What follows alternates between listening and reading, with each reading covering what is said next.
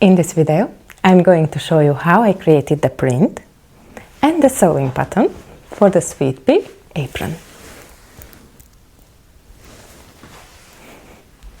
Hi, I'm Anna. I'm the designer behind Dénes Anna Design. I'm a surface pattern designer, clothing designer, and sewing pattern designer. I created this print 4 years ago. For this print, I used the Damas style layout and it resembles with the block print technique. This is a one-way directional pattern. I used Procreate to create this artwork. This is the time-lapse I have of the Don't Forget Your 5-a-day fruit and veggies design. I usually start with a rough sketch to see the flow of the pattern. After I'm kind of happy with the layout, I start refining my design, but I also take the liberty to change the sketch wherever I feel like. When my design is ready, sometimes I add texture as a final step. In my future videos, I'm planning to share more in depth how I create my prints. If you have any questions, let me know in the comments and I will try to incorporate them. Once my print is ready, I can easily get lost trying out endless color variations. I ended up ordering these two fabrics quite a few years ago. Now their time finally came. I ordered it from my Spoonflower shop. For the bluish grey, I chose the linen cotton canvas. For the orange, I chose the lightweight cotton twill as a fabric base. If you are interested in buying these exact prints, you can do so from my Spoonflower shop or from my Luminate shop.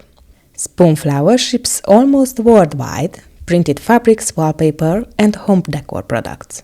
Luminate is a great option for you if you live in Europe. They ship printed fabrics across Europe territory.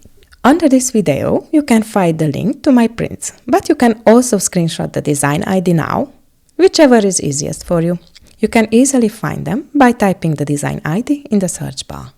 I washed already these fabrics, as you can tell, it's all frayed out, but no worries. I still have to iron them, and once my pattern is ready and tested, then we can go ahead and create this apron together. I started to drape the apron on my mannequin. I already have the front panel and the pocket in place. Now I'm adding the straps. I started to add the waistband, then went to find the D-ring and I had to adjust the waistband width so the D-ring will fit perfectly. I wanted to have long ties at the back so I can tie a cute bow but still have enough left to fall nicely. Here I started to add the skirt and instead of gathering I decided to add some pleats to it. I decided to model the left strap as well because I wanted to see how the crossback and the tie looks like. Okay, once I'm done, I have a final look at the front and back. And as you can tell from my face, I'm quite happy with it. The next step is to mark everything, like everything I can think of. I take a pen and draw on the fabric. I mark all the important notches, center front, side seam, the pleats, where the pattern pieces meet or where one pattern piece ends, where the pleats fall, and so on. Once I have marked everything, I take it apart so I can easily transfer it to paper pattern.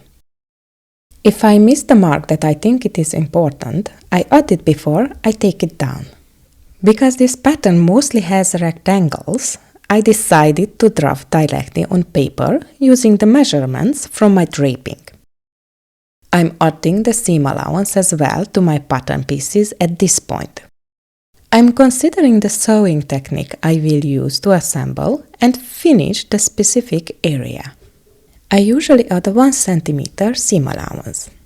But for instance, at the top of the center front, I added 2 cm seam allowance to have a wider seam finish. I realized that the strap and tie is way longer than my fabric width or length, so I needed to split the strap and tie part in two. I wanted to place the joining seam just after my shoulder towards the back. I'm fiddling with the waistband, making sure to add all the notches and where the pleats will fall, the towel hang tab and the D-ring. I wanted to add a towel hang tab to my apron. I love having a towel on hand when I'm cooking, so I can clean and dry my hand easily. Lastly, I created a skirt panel of the apron, marking all the pleat direction, giving a generous 5 cm hem and a 2 cm side seam. Once I'm happy with my pattern, I'm using my pattern notcher to punch out all the marks I need. Well, this was part 1 of the Sweet Pea apron project. On my next video you can join me to cut and sew this apron.